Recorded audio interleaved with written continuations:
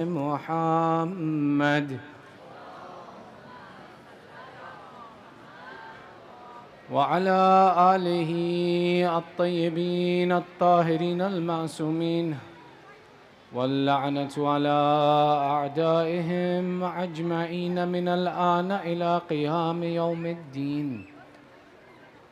أما بعد، فقد قال الله تعالى في محكم كتابه الحكيم: بسم الله الرحمن الرحيم. وبشر الصابرين الذين إذا أصابتهم مصيبة فقالوا إنا لله وإنا إليه راجعون. آمنا بالله، صدق الله العلي العظيم. صلوا على محمد وآل محمد.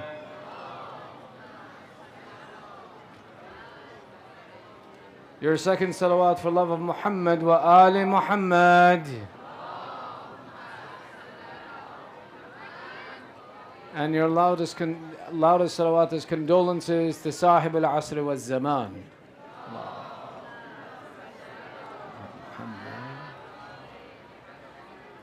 One of the beauties of Islam was that it took humanity from ignorance and the darkness of ignorance to the light of hidayah and the light of knowledge. Why? Before Islam, in the age of ignorance, people looked more to themselves and cared less about humanity, cared less about their purpose, and life was on the basis of desire. The message of Islam came and taught people that there is more to life than your desire. It gave us a purpose. It gave us direction. It gave us the ability to attain reward with Allah. This light and guidance that we possess in the form of Islam is not just when it is convenient that we remember Islam. It's not just when it is easy that you enact Islam. But in difficulty is where this Islam is the most beneficial and is the most important in terms of achieving a purpose in life. Which is why in the field of Karbala, on the 10th turn, you see, Islam came and taught the people, do not desecrate the deceased. The Fadail of Ali ibn Abi Talib were that in Khandak, when he beat Amr ibn Abd Wud, he did not desecrate the body of his enemy, though it was a pagan. And the sister of Amr wrote poetry about the valiance of Amir al-Mu'mineen, that he did not desecrate the body. Islam came and taught the importance of the preservation. But look in Karbala, that the grandson of Rasulullah, they desecrated his body. The Masa'ib of Imam Hussain continued even after his Shahada. But the beauty of the approach of how to ensure that Islam is reflected in your life is better taught now by looking at the Fadilat of Hussain ibn Ali, looking at the example of Sayyidah Zainab. You understand what it is that Allah demands from us in Islam. In these verses that we often recite, and we say, give glad tidings to those who are patient, those that when difficulty befalls them, they acknowledge and realize that certainly it is from Allah that we came, and to Allah is our return. The instruction in this statement is that whatever the difficulty befalls you, patience is not that you lived through the trial. Patience is how did you behave through the trial. You'll notice that from the time of this day of Ashura, there is no action, whether performed by my Imam or his family, that is done in emotion. It is done with the vision and the foresight of the need of Islam. Do not imagine that a difficulty, a trial that befalls me was the example of Sayyidah Zainab after the Shahadat of Aba Abdullah. But look and see, and you will find nothing but intellect, wisdom, the care for Islam, the care for preserving the teachings of Islam in all of the actions of Sayyidah Zainab. Look and see that today in this hour we turn our direction from the battlefield to the tents. They describe and say that on this day, after they had raised the head of Abu Abdullah on a very long spear, they began to desecrate his body. One would steal his turban, one would steal his shirt, one would steal his abba, until eventually when they could not find things to take, they went to take the ring. They could not take the ring, so they cut the fingers of Abu Abdullah. From there they turned their direction to the tents. And you heard the caller call out, أَحْرَقُوا بُيُوتَ الظَّالِمِينَ. Burn the houses of the oppressors. They turned towards the tents of the family of Abu Abdullah. They began the process of burning these tents. The women would run from one tent to another, from one to another, until eventually they found that there was only one tent remaining, in which there was the sixth son of Abu Abdullah. There is a very famous exchange that takes place between the aunt and the nephew. The aunt asks the question, "Oh, my nephew, the time has come now that the difficulty is upon us. They have begun to burn the tents. Oh, my nephew, is it mandatory for us to exit these tents, or if that we were to burn and die in these tents?" Understand, the question of Sayyidah Zainab is not an emotional question. The purpose of the exchange between the aunt and the nephew is establishing the authority of Allah on the earth. Sayyidah Zainab wants to make sure that after the event of Karbala, there is no one who would question, who is the Imam after Hussain? So she brings the point that the one who was with Ahl al-Qisa, the one who was with Rasulullah, is showing and saying, "Hada imami, this is my Imam. If he commands, sami'na wa ata'na. Whatever the Imam commands, my intellect has no role. It is the authority of Allah on this earth." Today, if all of us know that after the event of Karbala, the wilaya and authority was in the hands of Sayyid al-Sajideen, Imam Zainul Abidin, Ali ibn al-Hussain, it is because this lady has this interaction immediately to say, "You are now the authority of Allah on this earth. Tell us what is the command of Islam for us in this circumstance." The nephew replied and said, "O aunt, the saving of the life is wajib upon you. Exit from the tents." They describe and say, as the women and children would leave the tent, the enemies of Allah were waiting and would begin the oppression of these children.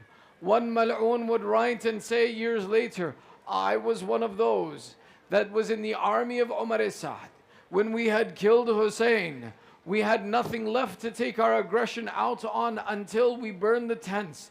The children would come running out of the tents." He says, "I saw one child in whose ears were 2 earrings. The child ran in fright. I was upon my horse. I took my sword. I cut the child in half, and I proceeded forward." Imam Zainul Abidin would describe that our children after the Shahadat of Abu Abdullah were like a tasbih who has been broken. They became scattered in the field of Karbala.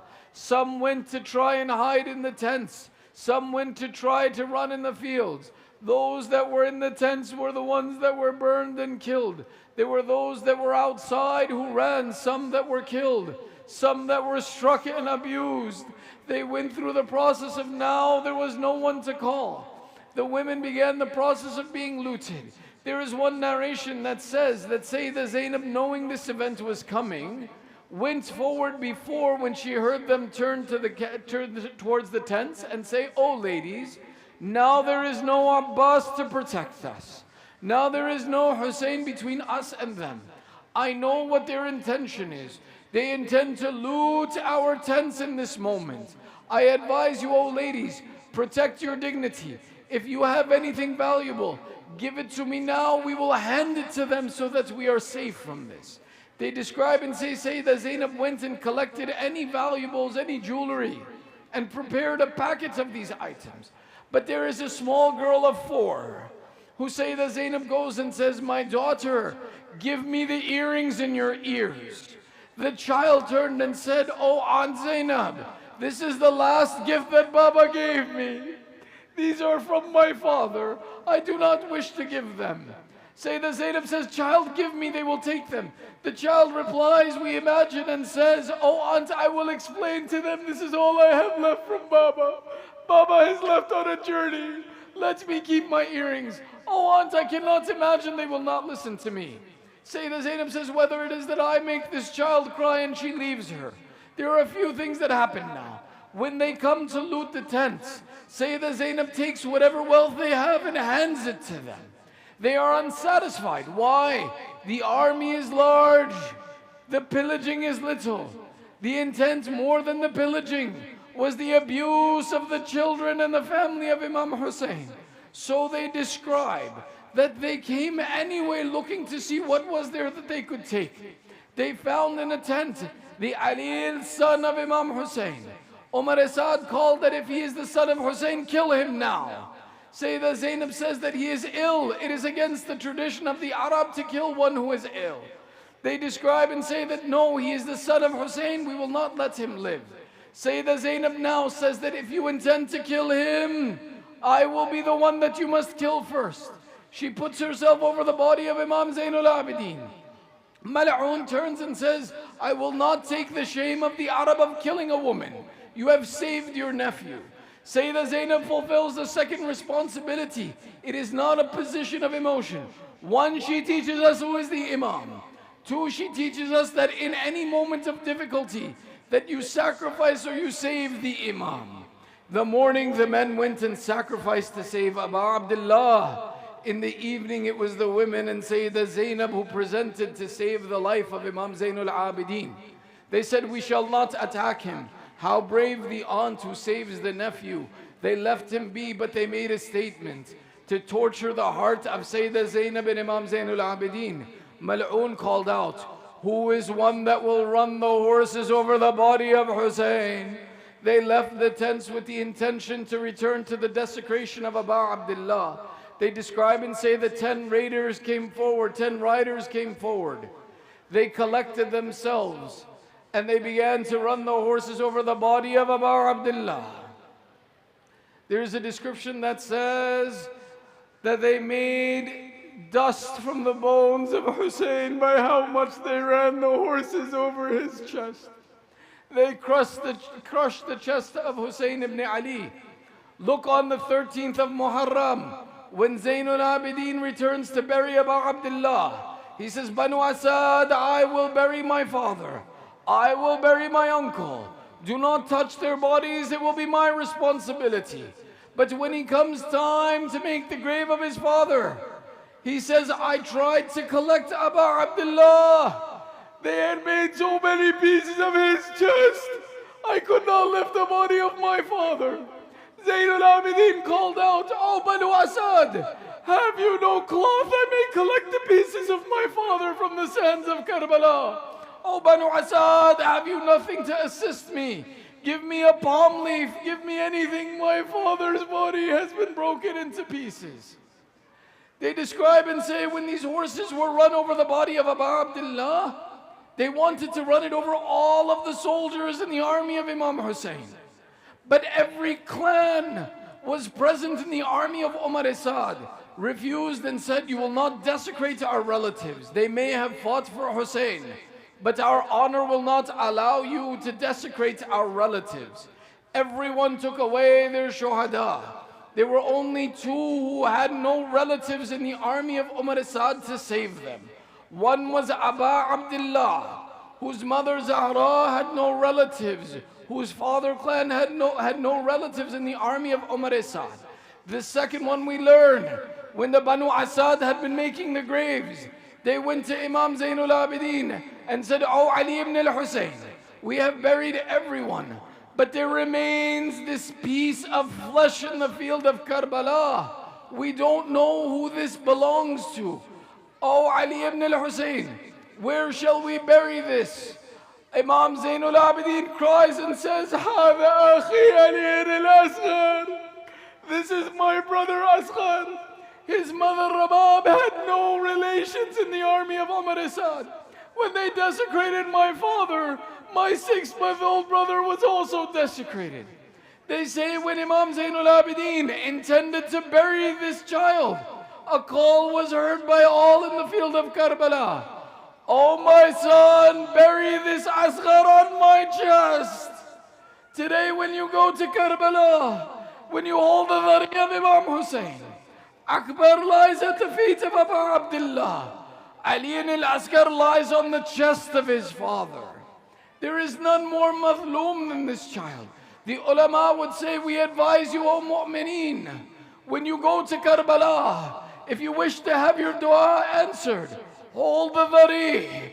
Ask Allah, بِحَقِّ هَذَا الْحُسَيْنَ الْغَرِيبِ وَبِحَقِّ هَذَا الرَّضِيعِ. They said, we swear to you, the most powerful dua you can ask is by asking from this infant child that sleeps on the chest of Hussein.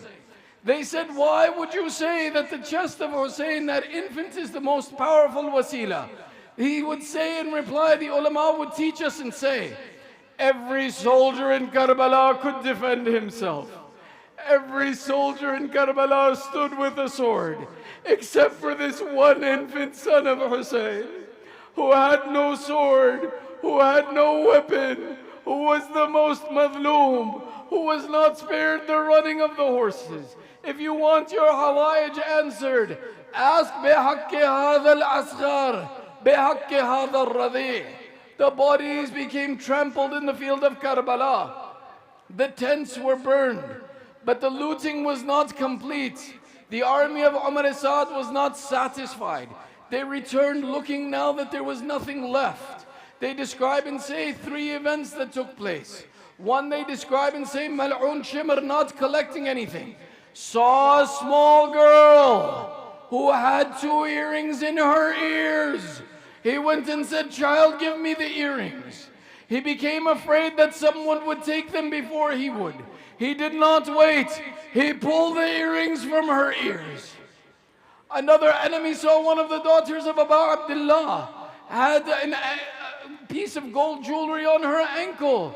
He said, I will take this before anyone else does. He would cry and take the jewelry of the daughter of Hussain. She would say, oh Sheikh, if you are crying, then why do you take it? He would say, if I don't take it, someone else will. The dhulm became increasing. Eventually they describe one mal'un came. He could find nothing to take. The army said, oh Fulan, if you wish to rob, there is one that we were unable and afraid to rob. That lady over there, this is her clothes, her rida. Go and steal from her this cloth if you intend to. He said, why did you not steal it that you are telling me to? They said, that lady has a haiba and a presence. That is the daughter of Ali Zainab. We did not need to take from her because we took from others. He says, I went to go steal the rida. I pulled at the rida. She pulled back to stop me. When I could not take it, I picked up the closest stone that I could find. I threw it at the daughter of Ali's face. I took from her rida. It became worse. They describe and say, one mu'arrikh says, I saw one of the daughters of Hussein. Her clothing had caught fire from the tents. I did not intend to take anything. I saw the fire. I intended to assist the child. I came forward to put out the fire from her clothing. She stopped me and said, oh Sheikh, we are the daughters of Rasulullah. We would sooner burn than be touched by a non-mahram. He says, child, I mean you no harm. I intend only to assist you. She says, if you intend to assist me, then let me ask you some questions. Are you a Muslim? He says, yes, I am a Muslim. Why? The daughter of Hussein could not imagine that Muslimin would loot the tents of Rasulullah this way. She says, have you read the Quran? He says, I have read the Quran. She says, have you read where Allah says فأما اليتيم فلا تقهر وأما السائل فلا تنهر. The orphan, do not be harsh with them. The questioner, do not turn them away. The Sheikh replied, I have read these lines. The child says, then Sheikh, understand, I am an orphan now. They have killed my family. I am a questioner now. Will you answer my question? He says, child, what is your question? She says, tell me which way is Najaf. I wish to complain to my grandfather of what they have done to me. My grandfather would take care of everyone's orphans. Now I am an orphan of Ali, and the nation is torturing me. Tell me, how do I return to my grandfather? Tell me, how do I complain to him of what they have done? They describe in this condition, when they had finished looting the children, Kulthum and Sayyida Zainab, not being overcome by emotion but in responsibility, began to collect the children. They would wander through the field of Karbala. If they would find a child, they would bring them. They describe and say, in one instance, we found 2 children lying in a burnt tent. We imagined maybe they had fallen asleep there. They said, we went to go rouse the children. We found, Inna Lillah, the children had died in the fire of the tents. Oh Mu'mineen, Zainab did not just collect the living children. Like her brother Hussain, she collected the ones that were killed in that day. Sayyida Zainab goes through and collects the children, returns them to one location. They describe when all had settled and quieted, the sister remembered, I have never been separated from Hussain. This is the first night of darkness in the house of Rasulullah. Until last night, the Noor of Ali Muhammad was present. The face of Akbar was alight. The face of Abbas, which was called Qamar Bani Hashim, the moon of Banu Hashim. Today that moon has been put out. Qasim, who was described by the enemy, that this is Shakkatil Qamar. This is the beauty of a piece of the moon, has now been trampled in the field. Zainab is alone in the darkness. When everything has settled and quieted, the children have stopped crying. They describe that now the sister went to go see her brother. In the darkness, when you sit close together to make space, that if someone should come in after you, that they don't trip over you. But all that night in Karbala, when Zainab entered the Maqtal, how many bodies did she trip over? How many of her loved ones did she bump into? Eventually they say that she found a column of light rising from the earth. She sat by this body. She recognized from some of its smell, from some of its features, this is what is remaining of my brother Hussain. They describe and say that Zainab would begin to complain and say, oh Akhi, you left me in difficulty. Oh Akhi, they took my rida. Oh Akhi, they killed our children. Oh Hussain, they tried to kill your son Ali. But Zainab did not falter. Oh brother, you warned me. Do not cry in front of them. I have not yet cried. Oh brother, you warned me. Do not raise my hands in dua against them. Zainab has been patient as you were patient. Eventually the sister, looking at the body of her brother, not knowing how to bid farewell to him in this night, they describe and say, Zainab put her hands under Hussain, called out, Allah yataqabbal minna hadha al-qurban. Allah, accept this sacrifice from us. She would then complain, Ya Rasulullah, this is your Hussain, in pieces in the land of Karbala. غسله دمه وكفنه الرمال. Ya Rasulullah, they did not honor the dignity and knowledge of Islam. Your son Hussain was killed and his ghusl is done in his own blood.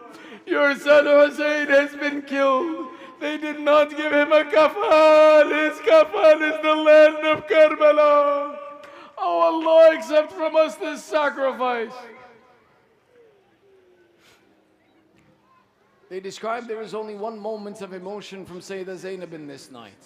There are those who question and say, how did they spend this night? There is one who describes and says that after this Sayyidah Zainab returned, and she would remember that until yesterday, it was the brave of the Banu Hashim who would watch over all of the women and children in the night. But now that there is no brave remaining, Zainab says, it has befallen to you and I, Kulthum, that we are the brave of the Banu Hashim now. We are the ones who will protect them. They describe and say that a broken spear was taken in the hand of Sayyidah Zainab. Kulthum, I will take the first watch. You will take the second watch. Sayyidah Zainab begins to walk and to protect those children in the night. One describes and says, we would see Sayyidah Zainab and say, Ha Akbar, yesterday you were the brave protecting us. Will you not compliment me that how I have protected the children? Oh Abbas, I have called you so many times, but you refused to answer me. You were our protector until this morning. Now look and see, is Zainab honest in her protection? Am I showing that I am your sister in this protection? During this time of protection, there is one who says that a rider came from a distance. From the distance, Zainab, in her responsibility to protect these orphans and these widows, called out and said, Oh Sheikh, there is nothing left to loot here, leave us alone. The rider continues forward. She says, Oh Sheikh, if you have any intention to loot us, come back in the morning. It has been very difficult for the children to go to sleep.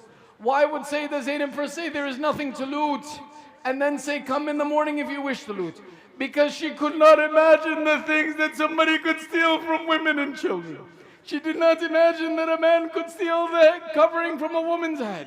So she says, Oh Sheikh, if you intend to steal from us something that I can't imagine, come in the morning and steal from us. The rider still did not stop. She said, Sheikh, we are from a brave clan. Sheikh, it is against our family's traditions that one should approach us in this way. Sheikh, I am instructing you to turn back.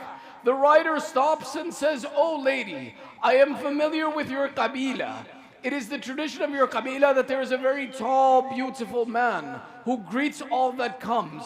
Where is he and why is he not greeting me? She replies and says, You are describing my brother Abbas. He went to the Furat and never returned back to us. He does not answer my call anymore. I do not know why he does not come. The Sheikh says, then tell me, there was one who looked like the example of Rasulullah. In your clan, I am familiar with one who had the resemblance of the Prophet of Allah. She says, Oh Sheikh, they cut him into pieces. They cut him into so many pieces. My brother could not carry him alone. He will not come anymore to greet anyone. His appearance of Rasulullah has been desecrated. He says, what of the head of your Qabila? Where is the grandson of Rasulullah? Why does he not come to greet us? She says, Oh Sheikh, they have run horses over the body of Hussain. They have taken his head away to Kufa. They have stolen the clothing from his body. My brother answers no one anymore. She says, Oh Sheikh, we are from a noble family. You seem to know much about our family. You seem to have come in kindness. It is not of our nature that someone should be kind to us and we do not repay them. But Sheikh, today I have nothing to repay you. But I tell you this, if you give me your name, I will tell my mother Zahra that you did us a kindness in this night. Sheikh, what is your name? They describe and say the rider uncovers his face. Says, Zainab, it is I, your father Ali. I could not stand you in the difficulty in this night, when there is no one to protect you. I have come to assist you, O my daughter Zainab. They would describe this as the one moment Zainab is emotional. She said, Baba, I called you throughout the day. You did not come to aid me. When the pieces of Qasim were collected, I called Ya Ali, come to our assistance. When Akbar's body was returned and I threw myself on Akbar, I called out, Oh Ali, help my heart in this moment you did not come. When Abu Abdullah was alone and Shimr sat on his chest, Mama, I called you. Why could you not come sooner to me? ألا لعنة الله على القوم الظالمين وسيعلم الذين ظلموا أي منقلب ينقلبون إنا لله وإنا إليه راجعون رضا بقضائه وتسليما لأمره. In our final night together, in this night of Masa'ib of Ahlul Bayt, with tears in your eyes, remembering the Masa'ib of Ali Muhammad, let's all raise our hands in dua. ندعوك باسمك العظيم الأعظم الأعز الأجل الأكرم 10 times. يا الله يا الله يا الله يا الله يا الله يا الله يا الله يا الله يا الله يا الله يا محمود بحق محمد يا أعلى بحق علي يا فاطر السماوات بحق فاطمة يا محسن بحق الحسن يا قديم الأحسان بحق الحسين. Ya Allah, by the right of these tears in our eyes, by the right of these majalis that we have attended, by this love that we have in our hearts for Ali Muhammad, first and foremost we ask you, Allah, hasten the reappearance of Sahib al-Zaman. Make us and our families from the supporters of Sahib al-Zaman. Ya Allah, comfort the hearts of the Imam of our time. Oh Allah, forgive our sins and cover our flaws. Oh Allah, keep us and our family on the firm path of Islam. Ya Allah, protect our generations in the love of Ali Muhammad. Oh Allah, we have gathered here with hajat, by the right of Babul Hawaij, by the right of all of the madhloom in the family of Rasulullah, all those who bore patiently in their trials, all those we have remembered in these nights. Ya Allah, fulfill our hajat. Ya Allah, those amongst our families, our mu'mineen, our community who are suffering through sickness and disease, wherever the mu'mineen are. Ya Allah, give shafa'at to the mu'mineen wherever they are. Oh Allah, there are those mu'mineen, those Muslimeen who are suffering through strife, war, insecurity, fear in this world. Ya Allah, give aman to the lovers of the children of Zahra. Give aman to the mu'mineen and the Muslimeen. Bring aman and peace on this earth. Ya Allah, keep our children on the path of Islam. Entitle us to the ziyarat of Imam Hussain in this world, the shifa of Imam Hussain in the hereafter. Remembering all those who were here with us last year, who joined in these majalis, and this year they are not with us. That maybe they have someone to remember them, maybe they don't. One Surah Fatiha li arwah al-mu'minina wal-mu'minat. With your loudest of salawat ala Muhammad wa ali Muhammad.